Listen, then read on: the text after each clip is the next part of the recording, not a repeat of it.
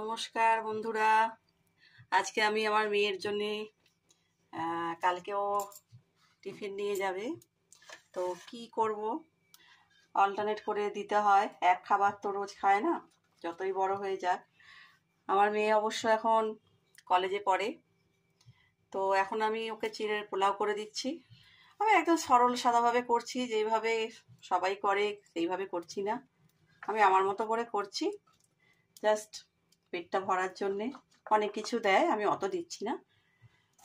তো আমি সবজিটা প্রথমে ভেজে নিচ্ছি একটু ঘি দিয়ে। প্রথমে এই ফুলকপি, গাজর, বিনস কড়াই, আরও সবজি দিলে ভালো হতো, বাড়িতে যা ছিল সেগুলোই দিলাম।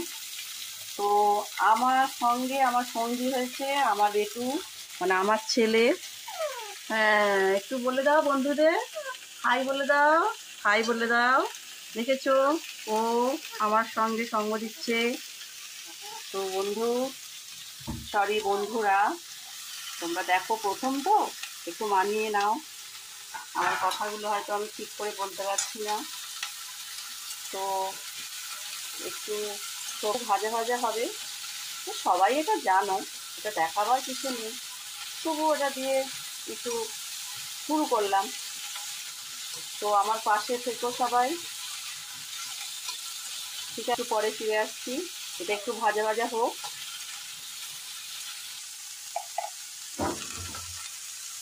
তো বন্ধুরা, আবার ফিরে এলাম, ভাজা ভাজা হয়ে গেছে।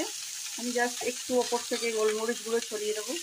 আমার মেয়ে তো বেশি ঝাল খায় না, তো তার মধ্যে ঠিক করে গেছি কিশমিশটা দিলাম। কাজু বাড়িতে নেই, কাজুও দিই। তো যা যা বাড়িতে ছিল সেইগুলোই সব দিলাম। নুন দিচ্ছি,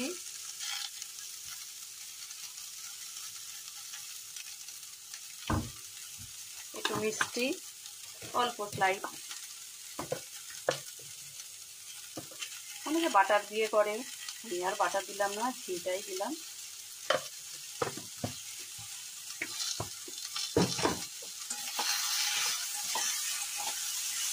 একটু তুমি কি আমার সঙ্গে রান্না দেখছো, একটা হামু দিয়ে দাও, একটা হামু দিয়ে দাও। বেটু এখন কিশমিশ খাচ্ছে, ওকে একটা কিশমিশ দেওয়া হয়েছে টুকটুক করে।